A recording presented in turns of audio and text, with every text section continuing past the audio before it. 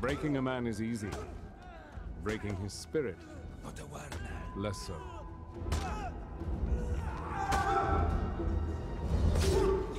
Even kept in darkness, a man may look to break his bonds, seek revenge.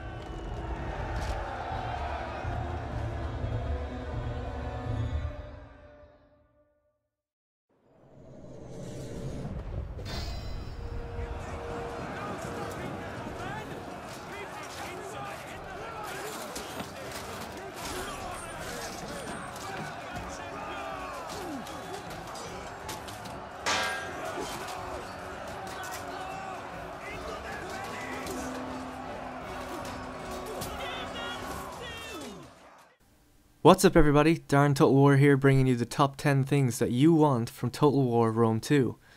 What do you mean? How do you know what I want? You don't know what I want, you don't know me. Well, that may be true, but the Total War community does, and I've gone to them on twcenter.net to basically ask everybody what they want in the game. So I posted a thread saying, give me the top 10 things that you want in Total War Rome 2, and then what I did was, I read every single reply, which there were many of, gave a weight to each answer. So if you put something at number 1, that was worth 10 points. If you put something at number 10, that was worth 1 point. I added up all the scores in the categories and made the list. Of course, when you ask this many people their opinions, you get a broad spectrum of different things that people want that could all really be categorized as, you know, one thing. A lot of people would say something so minute down to the detail of hoplite shields and spears and different things like that, but these can all be categorized as, you know, battle mechanics or better animations, things like that. So I made 25 different categories based on all the different feedback I was getting. I was thinking, okay, this is a new category, this is a new category, this isn't, this could be put with this, and I've posted all the categories in the description so you can see everything I went for. So pretty much every aspect of the game, everyone who answered something, I included in one of these categories. So nobody was left out in case anybody was thinking that. I'll go through some honourable mentions in the end, but in the interest of time, let's just get straight into the list now.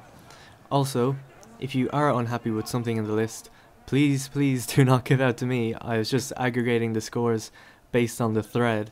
You can visit the thread and the forums to give your own opinion in the description below.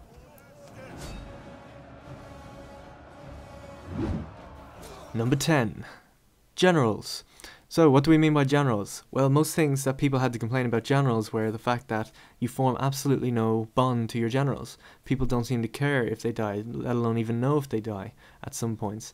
Once your general dies, you just pick another one from a random pool that just seems to have random stats. There's no family tree to back up your generals to give them, you know, weight and importance in the game. Also, they age too fast because the game goes at a much faster pace at a turn per year. So by the time you even get a general that's good enough to get up to a high stat, a high level of command, he dies.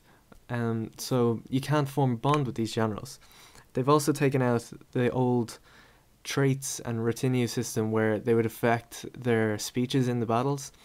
So back in the old days, you know, you get these crazy speeches if your general was a bit mad or if he had mother issues and things like that. It was quite funny, and like you get proper good ones as well if they were you know, real good tacticians and stuff. They would point out things on the battlefield that maybe you wouldn't even know about. Just look at those goat-fondling arse monkeys! All this has been changed though. This is all gone. You can't even see the traits in retinue without clicking through about 2 or 3 menus. You can't just right click your general to see it. You have to go down to the faction menu in the middle, scroll to find the same general's name, and then you can see his stats. There needs to be more of a focus on the personality of a general.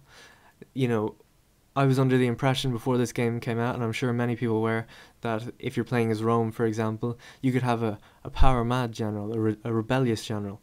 If his stats became high enough, if he got into a position of authority and command, and he could turn rogue, he could just take his legion and march on Rome just by himself. And you know, if he could attack Rome and, you know, without anyone defending it and take it, he could muster more men and create his own little rebel faction. That was the, I'm not going to say promise because I don't think that was explicitly promised, but it was heavily suggested that that was going to be the case. But instead we just have these endless pools of generals with random names that nobody cares about, and dull portraits that, you know, they all kind of look the same really. And it's just disappointing. Number 9. Walled settlements. So the whole problem with walled settlements is the fact that there is none. Most regions or provinces are made up of 4 regions. One of these has a city, and cities have walls. The other 3 are just normal settlements, just towns, and they have no walls. They never have walls, you cannot build them. So the main problem with this is, you know, the majority of all the places you're going to be attacking won't have any walls. And it gets very, very repetitive over time. You end up seeing the exact same towns over and over and over again. Now, granted, there's a ton of towns. I don't expect, you know, 150 unique towns in the game. But buildable walls would allow for you to have that variation in there. So you could upgrade your towns. It would also slow down the kind of the Blitzkrieg-esque campaign at the start, where you can just literally blitz through the towns, just attacking all the empty, the regions that have no garrison. Because if you have a wall, at least you would have to be forced to wait maybe a turn. But that's reliant on whether you can, if you have siege equipment or if you're still allowed to do the torches thing. Doing this would make it more similar to previous Total War titles, so it'll be very familiar to everybody. I think that's why most people want it. It's a weird change for them to make. I can kind of understand why they made it, because in the old games it would get very repetitive attacking walls all the time. But I don't see why they wouldn't just have an option in there to build. Building walls yourself, you could have the wooden wall towns and you could have upgrade to stone maybe. Even just those two would provide enough variation that would make attacking towns not as repetitive as they are. It would also be more historically accurate because some towns are very large, like a lot of people were saying Syracuse over and over again, saying how the hell does Syracuse not have walls? Doesn't make sense. And Jerusalem, I think, was another one. Having the option to build walls would also give meaning to the garrisons that are within it. Too often you get these garrisons that are just mob or the very, very lowest types of militia, and they're not going to stand against any army that's anything better than mob or militia, which is almost every army you recruit, because nobody recruits mob. Not even the AI. So the problem with that is, at least if you had walls, you know, you have a better chance of defending even with these weak and feeble garrisons, but it would give much more of a chance. Too easy is it now to just attack a town that has no army in it. The garrison comes out and the ratio is 9-1 because, you know, they've no chance. So it would be more historic, it would be the same as the old games, and it would provide more variation. So let's get it done. Number 8. Transport ships. I think most people that have played Total War Rome 2 will know what the problem with transport ships are. At first they seem like a brilliant convenience, you know, you can just put your army on the water and just skip across to wherever you want to go. And it's fine, you know, you can move really quickly and it helps. But the problem with this is that you upset the balance of naval combat on the campaign. If you have these transport ships that move just as fast as fleets, and they, you know, when you go into a fight against the fleet, they do like just as much damage and don't really seem to have any disadvantages from what I can see. I mean, they're slightly underpowered, but the fact that they're made for nothing, for no money at all, means that you can just keep making them. So it really detracts from the naval combat on the campaign as a whole. It's also unrealistic to think that an army could just build a fleet at absolutely no expense and that the whole army would know how to do it and they just get on a boat and go. It's just not, you know, it's just, I don't know why that's been added. An easy solution to it, I think, would be if you moved your army into the sea, they would have to wait a turn. Your transport ships should move at half the speed, or much slower, I don't even know, on the campaign map, so that fleets can catch up to them. So it's a bigger risk to use transport ships. And also I think during the battles, transport ships in general, because of the extra weight of men that they're carrying, and all the armor and all the, you know, everything that they've got going for them, should just slow the ships down. I mean, it's not probably a real logical reason, but, you know, you could just pass it off as that. So transport ships will be slower in the battles, meaning that other well-equipped navies could outmaneuver them and flank them and ram into them easier, and they'd sink easier because of that as well. So it's an easy thing to fix. Just slow them down on the campaign map and slow them down in the battles and make them a little bit more vulnerable, giving the player that risk reward for actually using them to get across to somewhere. Number 7. Family Tree. Every Total War game since Rome 1 has had a family tree, and this is the first game to my knowledge since then that hasn't. As a result, harking back to number 10 point, generals, nobody cares about them, nobody knows about them, what's going to come next, they have no heirs, nothing like that. Assassinations and marriages are almost pointless, they're just buttons you click and you don't really know what happens because you don't get to see exactly what happens. The best part of Total War for me, especially back in the Rome 1 days, was when you build stories around the family tree yourself. Gaius Scipio, the father to Marius Scipio, dies at the hand of some Egyptians and Marius has to avenge him. Simple things like that give you your own story within the game, allowing you to shape your own history, much how it would actually happen. These kind of grudges did exist in the real world, so why can't they in the game? They could have even taken it a step further and shown a deep family tree that spans multiple families currently in power. If you're playing as Rome and you chose to be an emperor, your family tree would enable a lineage, a monarchy. You could set your heirs, just like the old game. You could have some historic families, you could play as the Julii, and you could see the whole actual historical family tree. That would have been amazing. Family trees could even have gone as deep as showing positions of power, and possibly the choice to send, your young to either go to school, to be a politician, or to a military camp, to be a trained general. So when they come of age, they'd have a little boost in either camp. But sadly that's not to be. I can't really talk much more about something that isn't in the game. You can only ask, why was it not included? Number 6. Seasons and turns per year. Now, turns per year and seasons were actually two different categories I had listed originally, but so many people put them in the same spot in their list, and the fact that they go quite hand in hand with each other, I decided just to have them in one spot. So, Total War Rome 2 as it stands has one turn per year, but the Caesar and Gaul expansion is coming out relatively soon, and that will have 24 turns per year. Now, that's not to say you should just go buy the DLC. The problem with the main game is, at the moment, generals age too quickly, the same with agents. They're out of service before you can really get to use them that much, or kind of build them up to their full potential. A lot of people have been complaining that the pace of the campaign is just too fast at this rate. You kind of fly through all the years and technologies very quickly. So people want it to be either, I see a lot of people saying 2 turns per year, and you can switch the seasons between them, just have winter and summer, or actually introduce fall and spring as well, but rotate them every 2 turns. And that kind of might sound a little bit complicated, but basically you just go through the seasons as the game progresses, and that's every 6 months. Just to break up the variation on the campaign map and add different things like attrition, just so you don't have attrition every 2nd year, you have it every 4 years. So that would definitely work. That would look brilliant, but I think this is a feature that we're not going to see because of the expansions.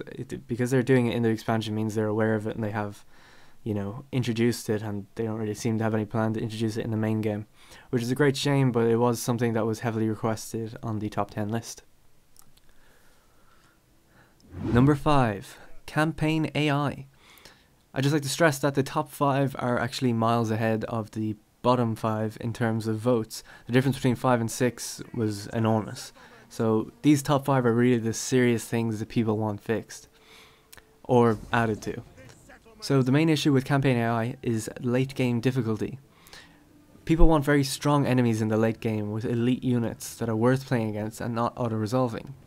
They want difficulty like it was in the last game in Shogun 2, where even if they were kind of getting bonuses a bit, it still made it a lot more interesting when you came up against a clan that was equal to your size, knew what they were doing, took over territory, closed you off, and made sure to apply pressure. They didn't like it if another faction was getting too big for their boots, and they'd say, they'd really clamp down on trying to put a stop to it.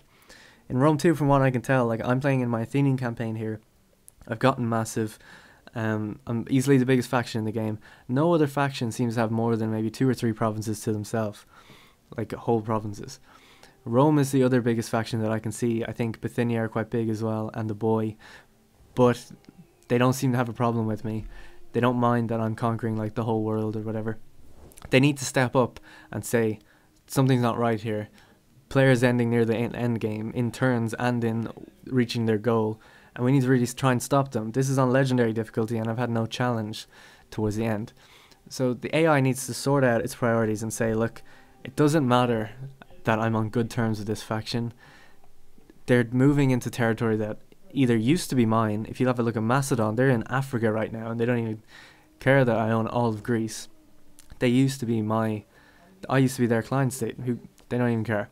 So, it's kind of like this meta game that they need to think about of where am I from, what have this clan really done to me, or this faction, and what are my options.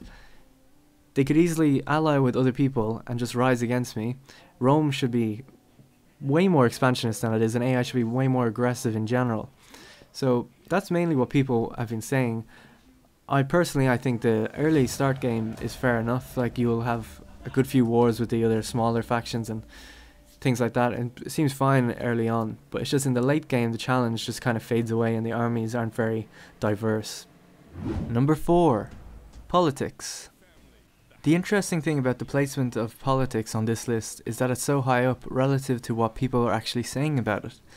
Everyone else had some long comment about each topic, but the overarching theme of what people want from politics is they just want it to be fixed or implemented at all. Almost everybody said just one-line answers saying, oh yeah, politics, fix that.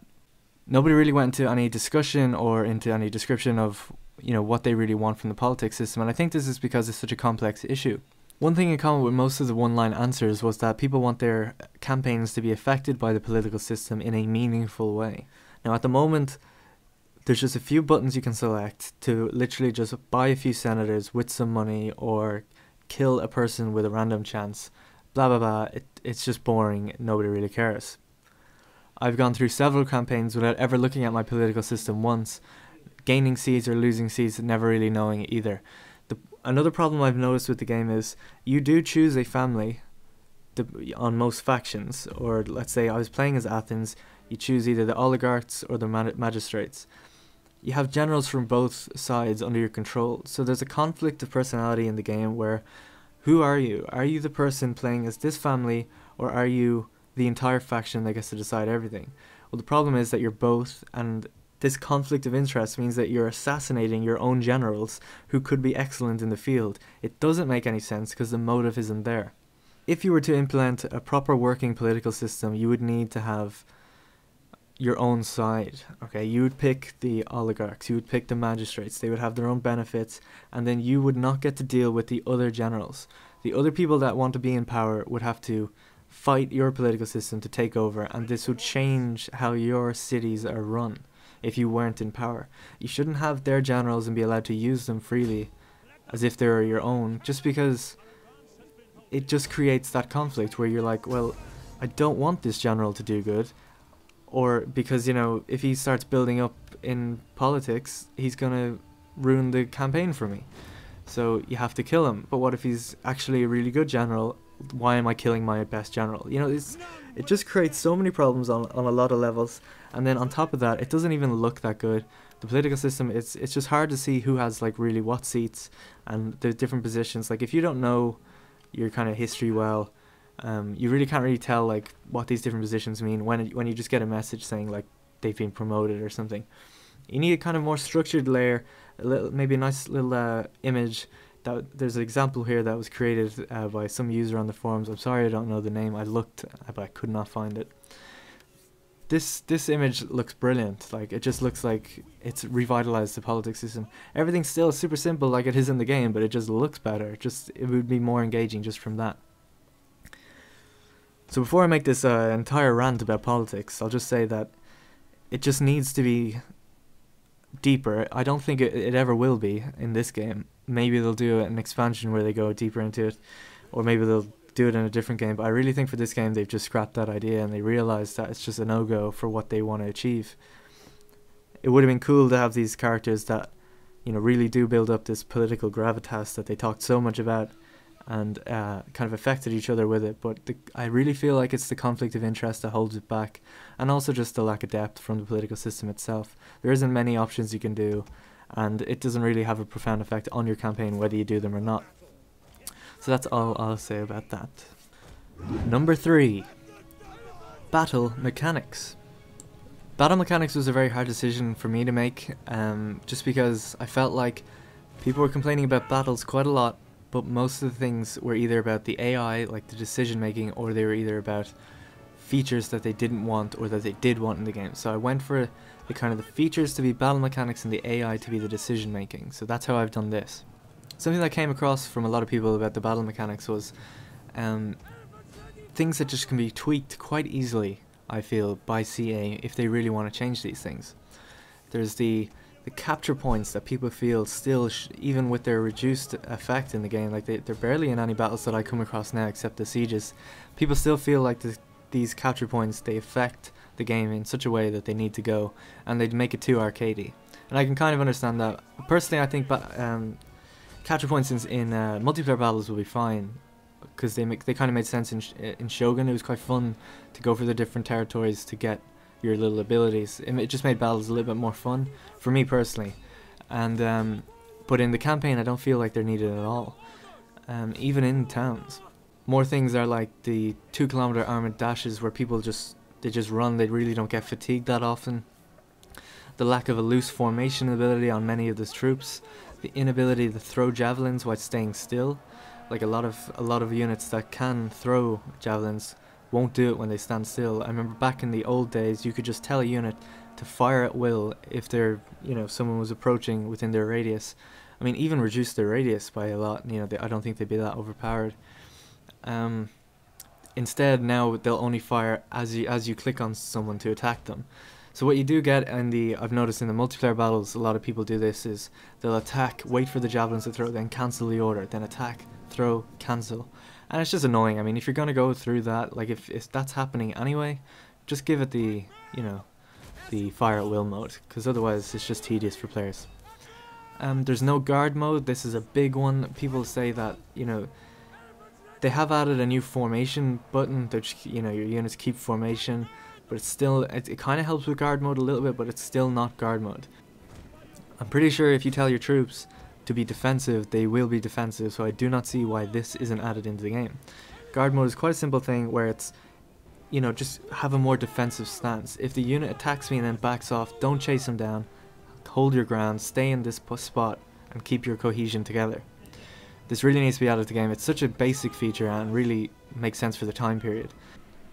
Another thing is, a lot of people have problems with the abilities in the game. Now personally, I don't have a problem with a lot of the abilities. Some people call them magic abilities because they do certain things, but I don't feel that they are magic. I just like to point out that,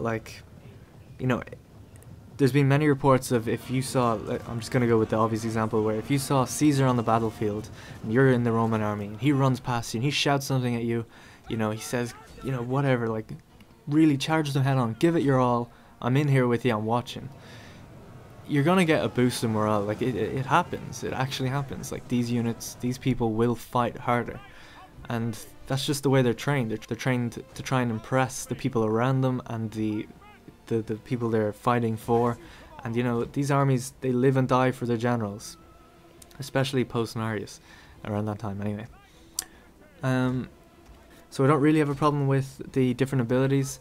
Some people just said get rid of the stupid abilities. So I don't know if that means all of them or just a few certain ones. So I couldn't really decide what to talk about there, because personally I haven't had much problem with them.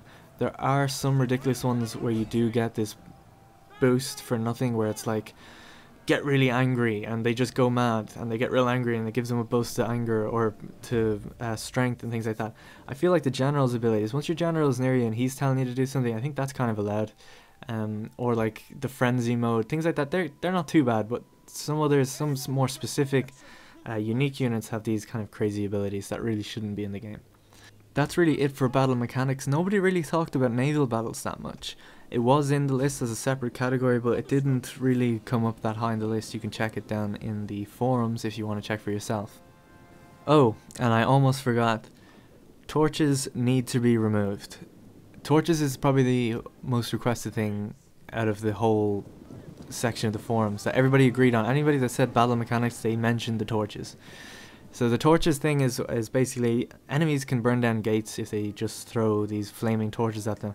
And I kind of understand, like, okay, fine, that kind of makes sense. But back in the day, they have a lot of steel gates. You know, they have a lot of metal in these combined with the wood. Like, gates didn't just burn by throwing fire at it, you know.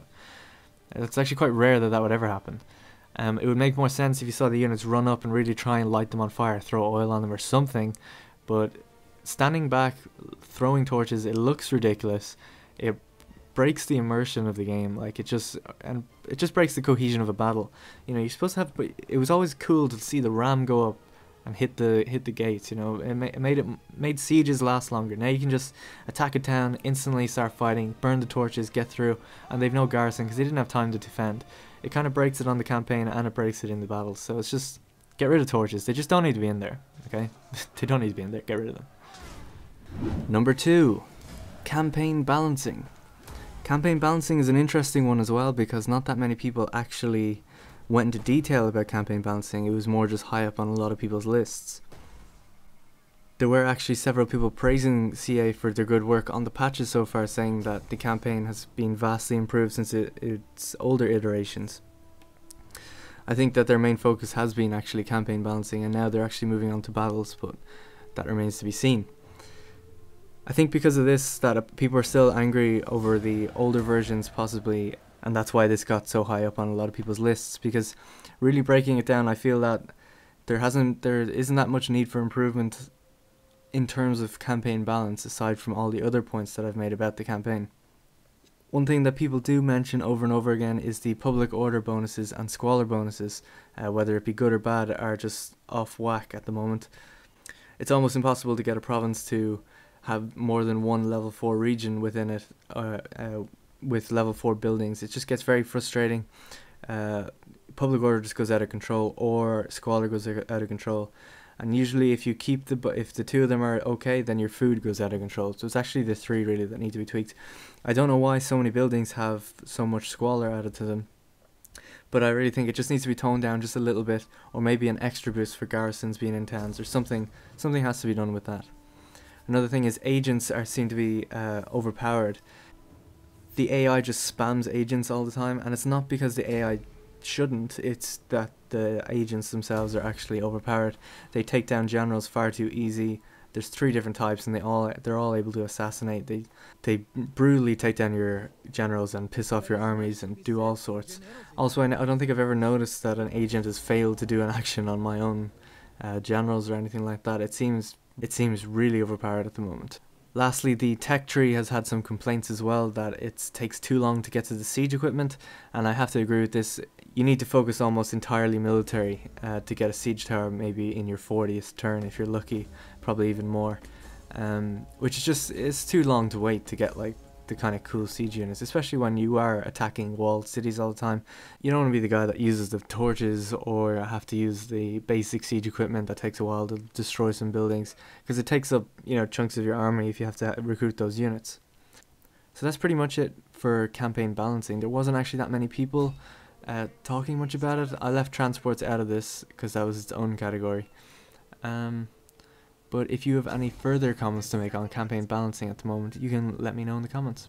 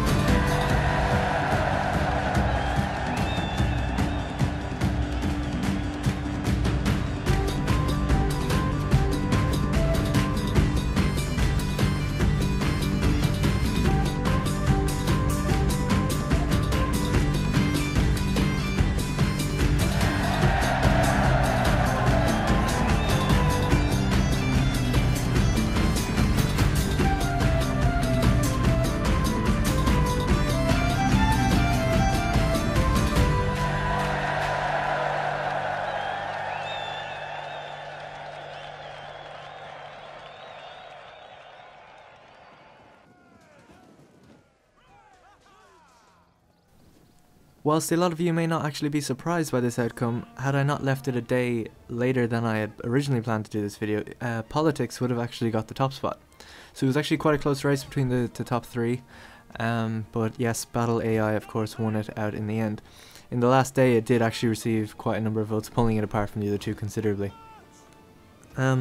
So where to begin with Battle AI? I mean, I've already done a video talking about AI extensively. It's called This is Patch 7. It's my first video, it's only a couple weeks old, so check it out if you want to hear about AI. I'm not going to go on and do a big rant about it now. We're over 30 minutes in this video, so I think you all know what the situation with the AI is at the moment. It's just dreadful. I mean, the only place I can think of where Battle AI actually works is on open land battles. It seems to be, I'll say fine, you know, fine like in air quotes at that point. But for siege AI it is disastrous, and for settlement fights with no walls it's okay. Naval battles seems actually relatively good from what I've experienced, but then again I am quite bad at naval battles.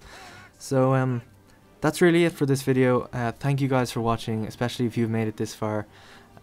Please like and share it with your friends. It took me a long time to get all these commentaries together.